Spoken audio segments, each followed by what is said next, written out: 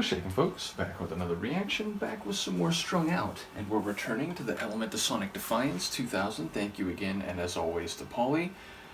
And the next track is Blue, which is written not like the hue, but like the past tense of the verb to blow.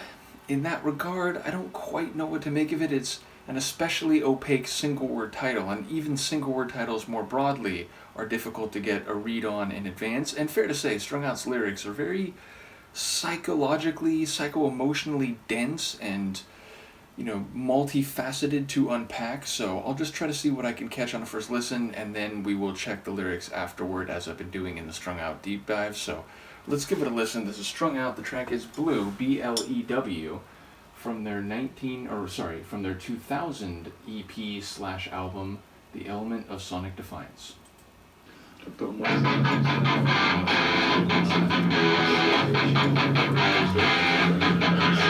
Papers of a window, this world of your conception, where it all comes down to you. You knew, and you can see that you knew, all of the things that you knew, that you would bring me into your world.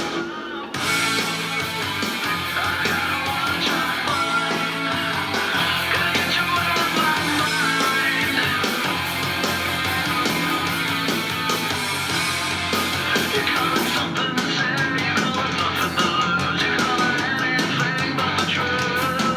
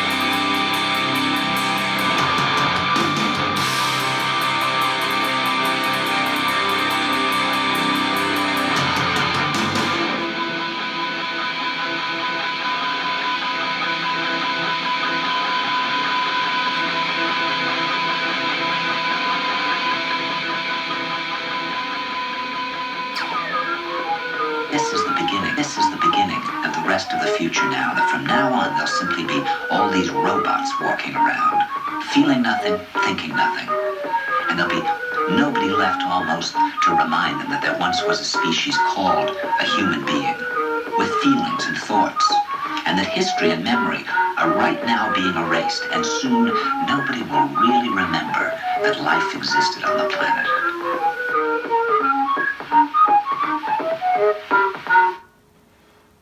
That's just hilarious. I feel like a lot of people would have something to say about that, and I wonder if that was a sample, if it was, where it came from. But I was thinking, number one, Gary Newman might have something to say about how robotic beings would not have feelings, Philip K. Dick maybe.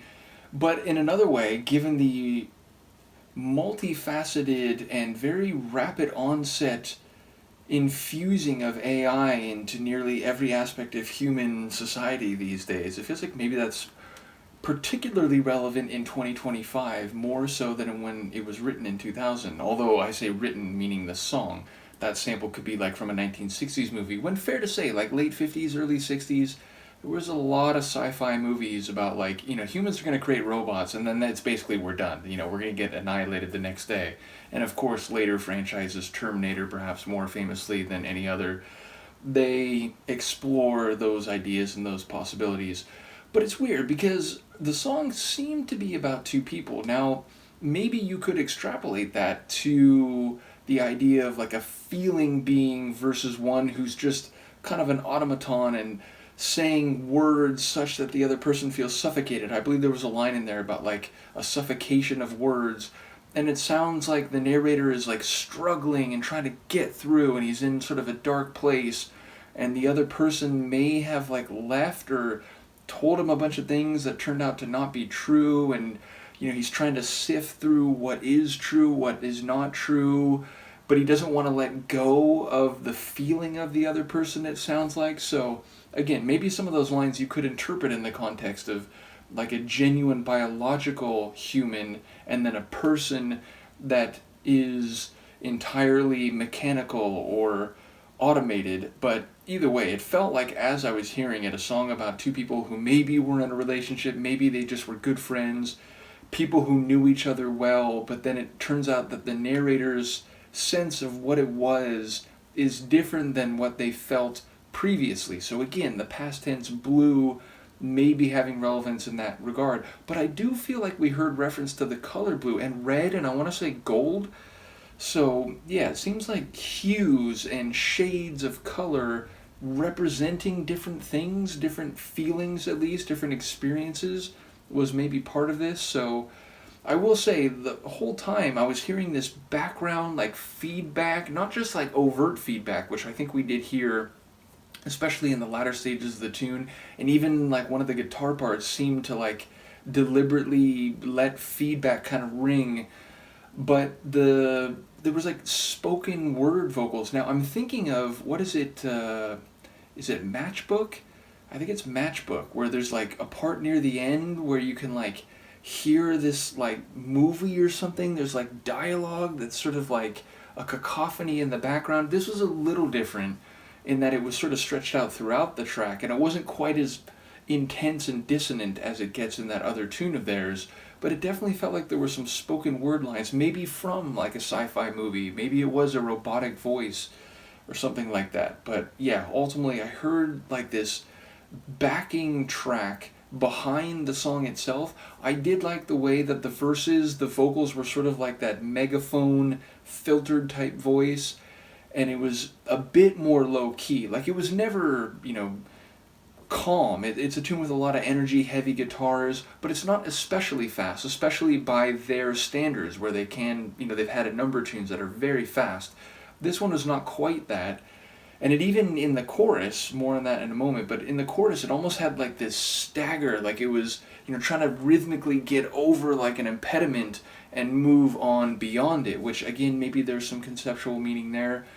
But then in the chorus, as distinct from the verses, the voices would become like true voices. Both the lead vocalist, who I don't think was the same voice in the verses, but then there were these long extended belts like behind the lead voice in the chorus. So suddenly the voices would, flourish and get very big, And even the sonics would get more intense in the chorus. So there was a bit of a like two-sided balance to the track musically and vocally. So I enjoy the composition, even if it felt like less punk rock relative to some of the earlier tunes, more like heavy rock, like harder alternative rock perhaps. So yeah, let me check out the lyrics. Again, this is just sort of a tradition we've done in this deep dive, so let me check it out. Okay, so we have... Okay, so I paint myself a window, already like paint, already, you know, something where you use color to express meaning, if not necessarily a clear image. But I paint myself a window in this world of your conception. Okay, so like the other world, the other person's has like this world of conception, and then the narrator is trying to like paint himself a window to see through it or see out of it, where it all comes down to you. You knew if you conceived it, you knew I would believe it. You knew that you would paint me into your world of blue, and that's like the color, B-L-U-E. So yeah, definitely, you know, blue as a homonym in operation here. But yeah, you paint me into your world of blue. I got a one-track mind. I remember hearing that. I got a one-track mind, can't get you out of my mind. Okay. You call it something to say, you call it nothing to lose, you call it anything but the truth, suffocation in words, your isolation disturbs, I can hear your voice as it echoes on. And when does something echo? Well, when it's not actively making sound anymore, but it is bouncing around the environment, be that mental, emotional, or external. But yes, so I can hear your voice as it echoes on. So bury over and over the songs you sing inside my head. I don't want to lose what you left inside of me. I did hear that, although maybe I heard it like one or two words slightly differently than it actually is. But I don't want to lose what you left inside of me, because it's all I own. The red disguises secrets, lies, and the blue belongs to you alone. The gold is time wasted in lines of indecision dragging onward. Wow. I mean, that's like very psychologically complex, dense writing, which I think can be interpreted in different ways. The red disguises secrets, lies, and the blue belongs to you alone. The gold is time wasted in lines of indecision dragging onwards. So bury over and over the light in you that won't stay dead. I don't want to lose what you left inside of me, because it's something real pulling me under. Oof. I hear the warm hum of your voice washing over me, a blue light melody of sound. Shines across my back, and now it's pulling me down, pulling me under to where you hide yourself alone, gagged and tied to the weight of ourselves underwater. Woof.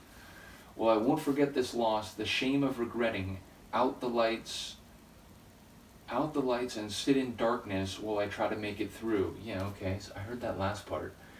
Silence, there's a monster growing strong. Silence, conspire to bring me down. Silence, I won't forget this loss. Silence, it's all I own of you.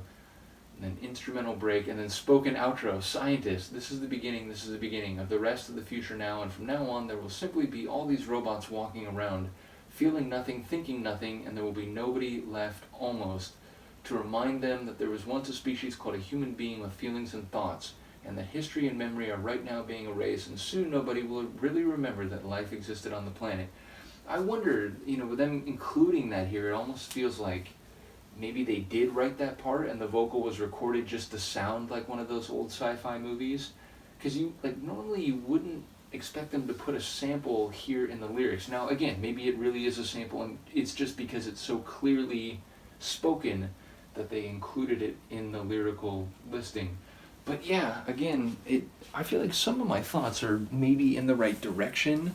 This idea that this other person was significant, but the narrator always felt like they were kind of lost in their words, and now they're really having a problem sorting between what was true and what wasn't, and if there's anything beyond the color, the shade of blue that the other person expressed. But those lines about like how the other person is weighed down below and the narrator's being pulled down there, yeah, it feels dark and heavy. But then he's saying he wants to put out the lights and just try to get through it all in darkness. So yeah, it's one that I'm going to have to let percolate in my brain, hear it a few times. Once again, shout out to Paulie. If any of you out there do have some insight here, or at least an interpretation, let me know. And I will see you next time. Peace.